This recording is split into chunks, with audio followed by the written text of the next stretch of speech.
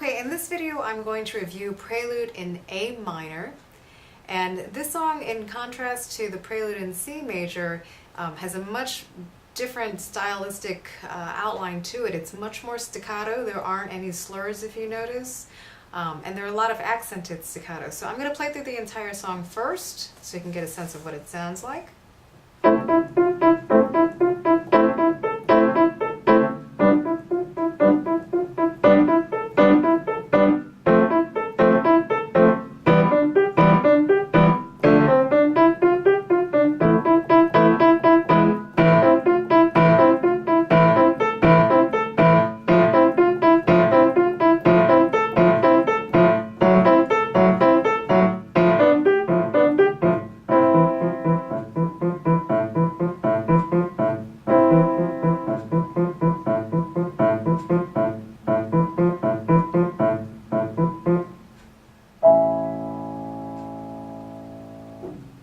Okay, now to talk through the piece a little bit. Obviously there is a lot of staccato and there are a lot of patterns that will help you as you're learning this song.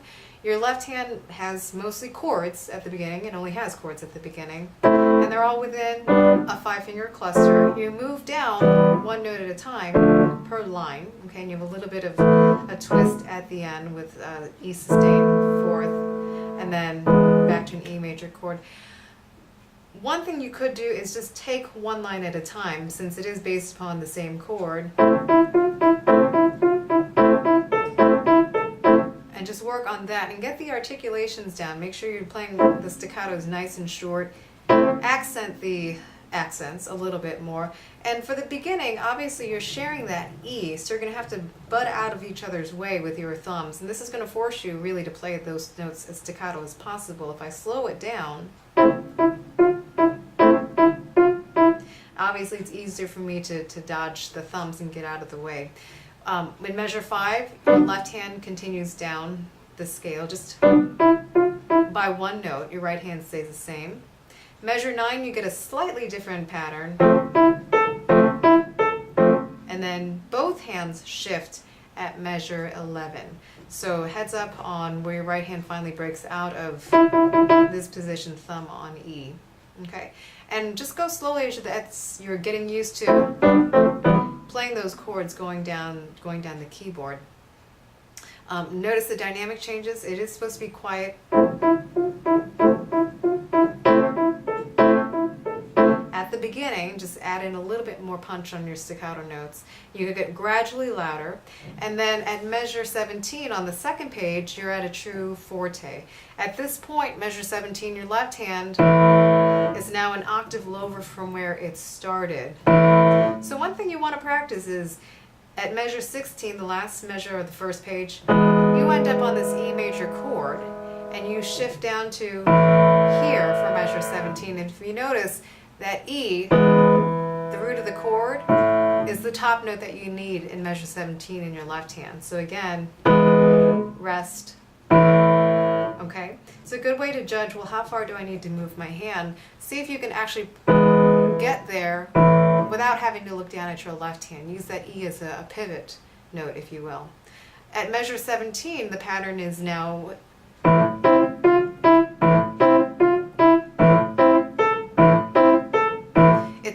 a variation on the first 4 measures. It's the same idea, except you're adding on one note in the right hand.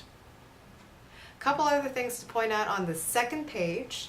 You do have a repeat sign, and the left hand is playing this creepy ostinato figure over and over and over again. And one other thing to point out is the very end, your left hand does go down an octave. Your right hand goes up into the higher register on an E major chord. You have plenty of time for your right hand to get there. It's not doing anything really for 6 measures. So don't let that catch you off guard. And then your ending dynamic, piano, is where you should have started. So all of those articulations, all of those dynamic changes, keep those in mind as you're learning the notes. I'm going to play this song again at a slightly slower speed. 1, 2, 3, 4.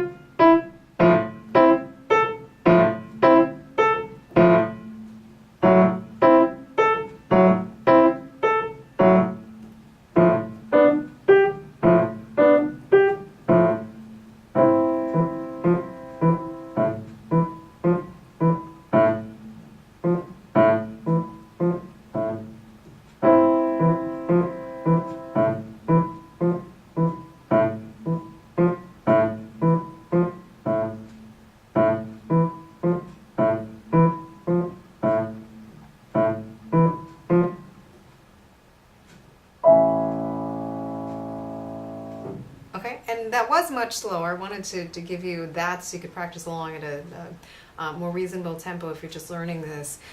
It does, just like the Prelude in C major, it does supposed to feel like it's in 2 beats, so it should feel a little bit faster. And just for kicks, I'm going to play it so it feels more like in 2 instead of 4. So overall, you'll get a sense that it's in 1 2 1 2 rather than a slower 4 quadruple beat.